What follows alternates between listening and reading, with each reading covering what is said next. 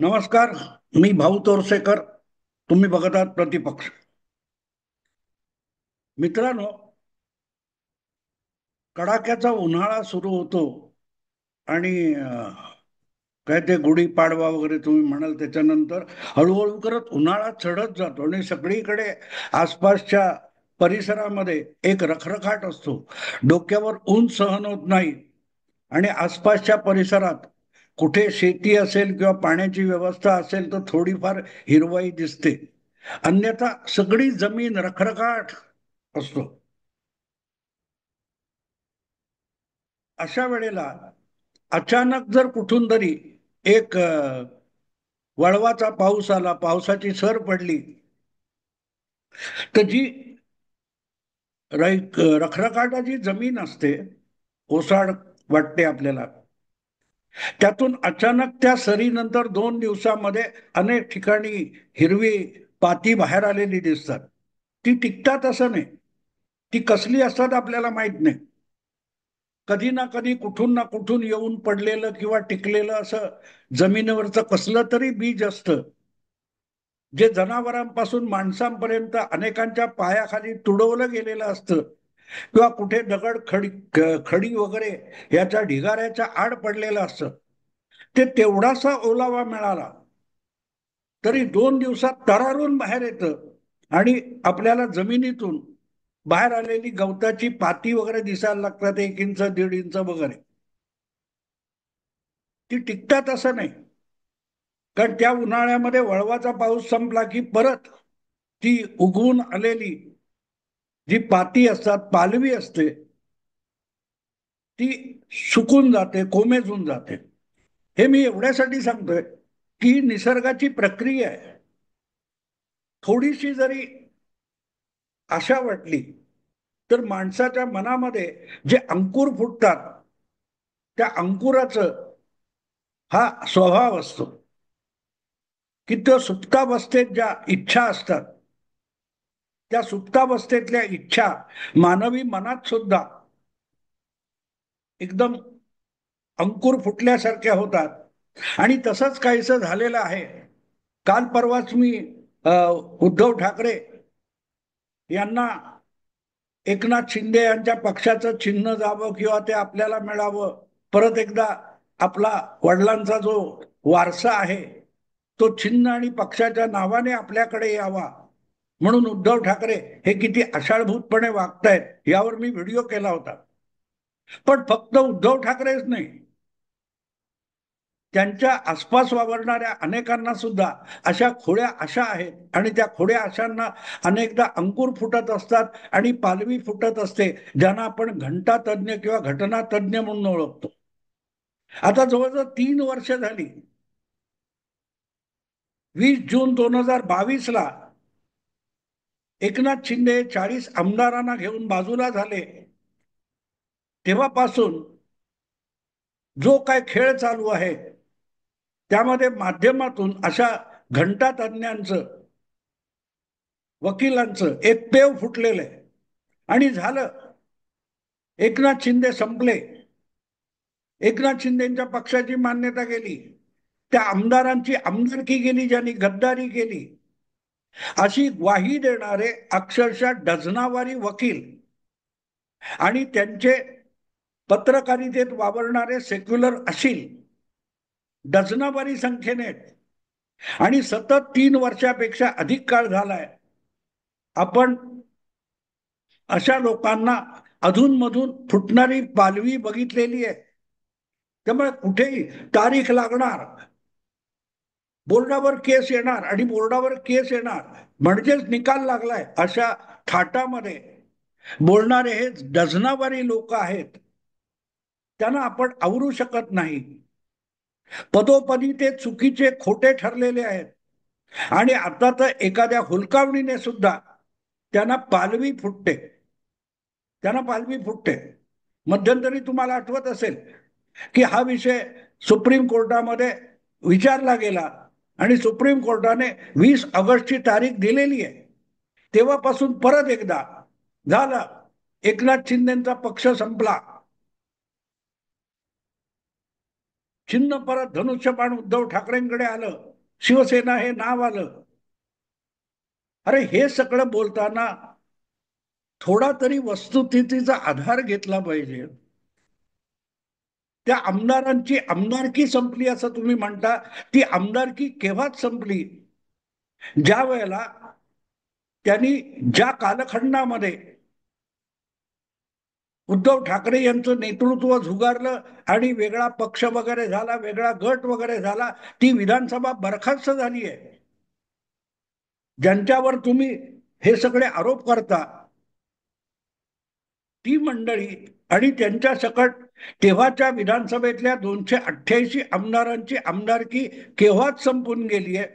त्याला आता 7-8 महिने झाले, कारण नवी विधानसभा निवडून आलेली आहे.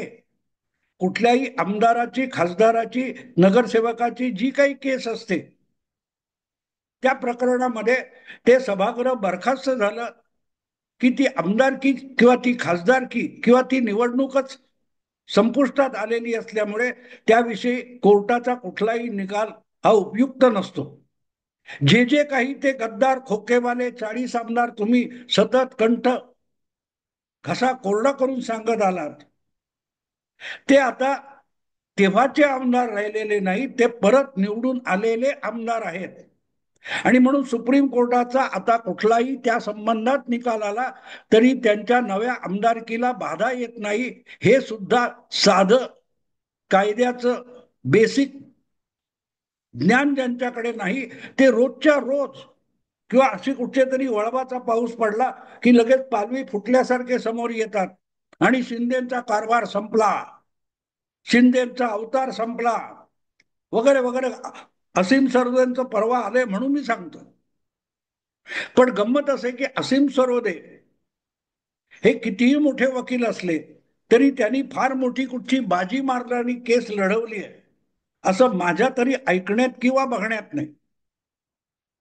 मीडियामध्ये ज्या जाहिराती येतात तितकेच हे काही ओव्हर रेटेड बुद्धिजीवी, वकील, जाणकार, पर्यावरण तज्ज्ञ आहेत की ज्यांना त्या विषयातलं खरंच किती काय कळतं असं प्रश्न विचारणं भाग आहे. तसे असीम सरोदे एक आहेत. ते कधी निर्भय मनोमध्ये असतात, कधी कायद्या विशारद असतात, कधी आणखीन सेक्युलर असतात, कधी शिवसेनेचे असतात. नेमके काय करतात माहित नाही. ही अशी एक वेगळी प्रजाती निर्माण झालेली आहे. तिकडे दिल्लीमध्ये जसे योगेंद्र यादव आहेत, प्रशांत भूषण आहेत, तो आशुतोष वगैरे, ते कधी पत्रकार असतात, कधी ऍक्टिव्हिस्ट असतात. असं तर अचानक या मला गंमत वाटली. काल एक त्यांचा व्हिडिओ बघितला मी, एबीपी माझा किंवा कुठच्या तरी चॅनेलवर किंवा एनडीटीव्ही असेल, मला माहित नाही मराठी, की झालं एकनाथ शिंदेचा कारभार संपला. हे मला कळेना झालंय काय. म्हणून मी थोडं गुगलवर जाऊन, कारण रेग्युलर टीव्ही बघणं मी आता सोडूनच दिले, ह्या खोळेपणाला आपल्याकडे तरी वेळ नाहीये. आणि त्यामुळे थोडं गुगलवर जाऊन, इंटरनेटवर जाऊन शोध घेतला.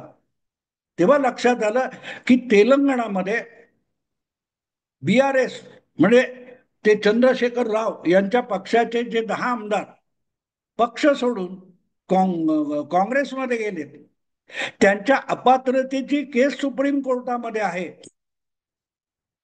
आणि त्या विषयामध्ये सुप्रीम कोर्टाचा एक निकाल आलेला आहे आणि तो निकाल तसा लागला म्हणून हा निकाल असा लागणार, या निष्कर्षापर्यंत हे घंटा तज्ञ येऊन पोहोचलेले आहेत आणि त्यांनी घंटा वाढवायला सुरुवात केलेली.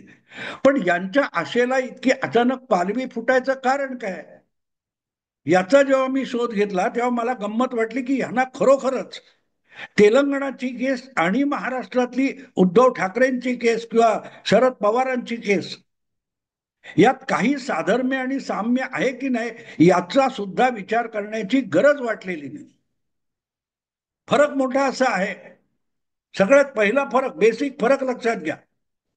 तेलंगणातल्या ज्या केसबद्दल लवकरात लवकर 1 वर्ष होऊन गेले आणि त्या पक्षांतर करणाऱ्या आमदारांच्या पात्रता अपात्रतेचा निर्णय विधानसभेच्या अध्यक्षांनी फार विलंब न लावता 3 महिन्यात घेतला पाहिजे असं सुप्रीम कोर्टाने आदेश दिलेला आहे आणि तो 100% बरोबर आहे. पण जे प्रकरण तेलंगणातल्या त्या 10 BRS आमदारांचं आहे ते तसंच्या तसं शिंदेचे आमदार किंवा अजितदादांचे आमदार यांचं आहे का? अगदी भले आता ते लागू होत नसेल, पण तरीही कायद्याचा अभ्यास करणाऱ्याला एक डोकं इथे चालवता आलं पाहिजे की 2 आयडेंटिकल केस आहेत का, या केसमध्ये जर कोर्टाने असा निर्णय दिलाय तर त्या आधारावर ही केस सुद्धा तशीच आहे असं सांगून इथे पण तोच निकष लावा असा युक्तिवाद करावा लागतो. पण एकनाथ शिंदे आणि अजितदादा यांचं प्रकरण जे आहे ते आयडेंटिकल असलं तरी BRSच्या तेलंगणातल्या आमदारांचा पक्षांतर आणि NCP शिवसेनेच्या आमदारांचं जे काय कृती आहे ह्यात अजिबात साम्य नाही. याचं कारण पहिलं असं की BRSच्या त्या 10 आमदारांनी निवडून आल्यानंतर चंद्रशेखर राव यांचा भारत राष्ट्र समिती नावाचा पक्ष सोडला आणि त्यांनी काँग्रेस पक्षात प्रवेश केला. त्यामुळे त्यांनी दुसऱ्या पक्षात प्रवेश केलेला आहे, आपला पक्ष सोडलेला आहे. शिंदे यांनी आपला पक्ष सोडलेला नाही. अजितदादा पवार यांनी आपला राष्ट्रवादी काँग्रेस नावाचा पक्ष सोडलेला नाही, त्यागलेला नाही. त्यामुळे महाराष्ट्रातलं प्रकरण आहे ते पक्षांतराचं नाही आहे, तो नेतृत्वाचा वाद आहे. पक्षात कोणाचं नेतृत्व आणि त्या नेत्याचा अंतिम निर्णय हा विषय आहे. तेलंगणामधल्या विधानसभेतल्या 10 आमदारांचा जो खटला आहे त्यामध्ये महाराष्ट्रासारखी बिलकुल परिस्थिती नाही. त्यांनी आपला पक्ष सोडलेला आहे आणि एकनाथ शिंदे किंवा अजितदादा यांचा दावा आम्ही जे काय बहुसंख्य आमदार आहोत तो म्हणजेच शिवसेना किंवा तो म्हणजेच राष्ट्रवादी काँग्रेस पक्ष असा त्यांचा दावा आहे. आणि म्हणून त्यांनी पक्ष सोडला आणि पक्ष सोडला म्हणून त्यांना अपात्र ठरवणं असं होऊच शकत नाही, अगदी कायद्याने सुद्धा होऊ शकत नाही. ही गोष्ट लक्षात घेतली पाहिजे. कारण 10व्या परिशिष्टामध्ये किंवा पक्षांतर कायद्यामध्ये, पक्षांतर विरोधी कायद्यामध्ये ज्या तरतुदी आहेत त्यानुसार जर तेलंगणाच्या आमदारांप्रमाणेच अजितदादा किंवा एकनाथ शिंदे वागले असते तर हा खटलाच उभा राहू शकला नसता. शिंदे किंवा अजितदादा यांच्या बरोबर पक्षाच्या एकूण आमदारांपैकी 2/3 आमदार होते आणि त्यामुळे त्यांनी शिवसेनेचा किंवा राष्ट्रवादी पक्षाचा त्याग करून ते भाजपमध्ये समाविष्ट झाले असते आमदार तर मुळातच खटला उभा राहिला नसता. याचं कारण असं आहे की त्यांच्याकडे 2/3 पेक्षा अधिक आमदारांचं संख्याबळ होतं आणि 2/3 आमदार तुमच्या पक्षाचे आपला पक्ष सोडून दुसऱ्या पक्षात विलीन होणार असतील तर त्यांना अपात्रतेला कारण ठरवता येत नाही. नेमकी ही गोष्ट आहे. आणि म्हणून शिंदे किंवा अजितदादा यांचा खटला हा तेलंगणाच्या केसपेक्षा 100% वेगळा आहे. तेलंगणाची केस उलटी आहे. त्यांनी शिंदे किंवा अजितदादांसारखी कृती केलेली नाही. त्यांचे जे काय 50-47 आमदार असतील त्यापैकी 2/3 पेक्षा कमी संख्येने आमदार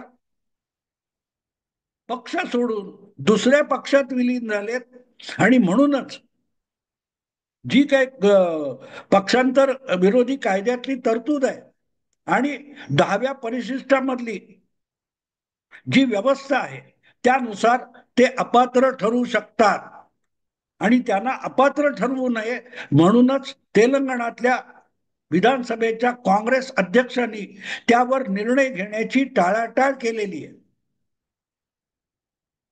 फरक लक्षात घ्या. केस अगदी म्हणजे ते म्हणतात ना काय ते सफरचंद आणि मोसंबी यांची तुलना होऊ शकत नाही तशा केसेस आहेत. पण तरी असीम सरोदे यांना शिंदे यांचा पक्ष रसातळाला जावा, त्यांच्याकडून चिन्ह काढून घेतलं जावं, याची दिवस रात्र दिवसा आणि झोपेत सुद्धा स्वप्न पडत असतात. त्यामुळे कुठेही असं खुट्ट वाजलं, तो कही, ते गाणं आहे ना सिनेमातलं, कही ये वो तो नहीं, कही ये वो तो, जरा सी आहट होती है तो दिल कहता है कही ये वो तो नहीं. तेव्हा असीम सरोदे यांना जे अचानक पालवी फुटलेली आहे की गेले सप्टेंबर मध्ये, एकनाथ शिंदे यांचा पक्ष गेला, त्यांचं चिन्ह गेलं, हे सगळं निर्णय देऊन त्यांनी मोकळा केलाय.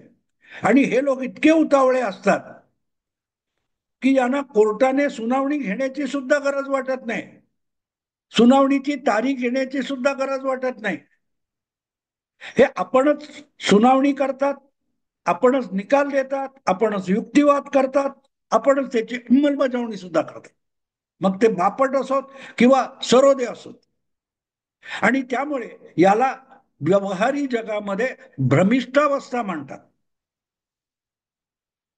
जी गोष्ट घडलेलीच नाही, जी घडण्याची दुरान्वय शक्यता नाही, त्याबद्दल छाती ठोकपणे बोलणं, हा जो काय एक मानसिक आजार गेल्या काही काळामध्ये माध्यमांच्या जगात अवतरलेला आहे, त्याचे हे लोक शिकार आहेत.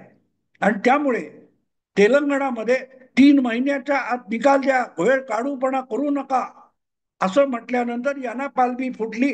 कारण ती तशीच एक वेळकाढूपणा हा महाराष्ट्राच्या बाबतीत सभापती किंवा विधानसभेचे अध्यक्ष राहुल नार्वेकर यांच्याकडून झाला होता. आणि त्यांना सुप्रीम कोर्टाने एक कालमर्यादा घातली होती. बस ती कालमर्यादा घातली जी महाराष्ट्राच्या विधानसभेच्या बाबतीत घातली होती आणि तेलंगणाच्या बाबतीत घातले.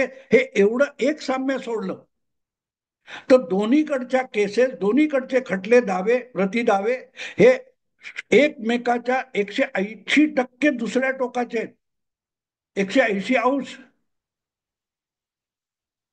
पण यांना समजावणार कोण, यांना समजावणार कोण? जरा सी आहट होती है तो दिल कहता है कहीं ये वो तो नहीं. यांना लगेच वाटतं की झालं, आपलं म्हणणं खरं ठरलं. अरे तुमचं म्हणणं खरं ठरण्याची शक्यता असती तर 3 वर्ष उलटून गेली तरीही तुमचा एकही दावा कुठल्याही कोर्टामध्ये का मान्य होऊ शकलेला नाही. आणि आताही होणार नाही, आताही होणार नाही. हा, तारीख पडली वगैरे ठीक आहे, सुनावणी होईल. आणि तो दावा हा विधानसभा अध्यक्षांशी संबंधित नसून निवडणूक आयोगाने एकनाथ शिंदे यांना जो पक्ष बहाल केलेला आहे त्या संबंधातला आहे.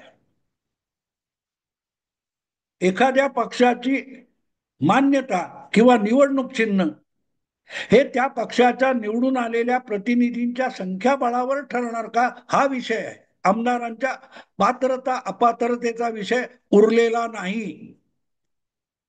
पण सतत स्वप्नावस्थेत जगणाऱ्यांना तुम्ही हे सगळं समजावणार कसं?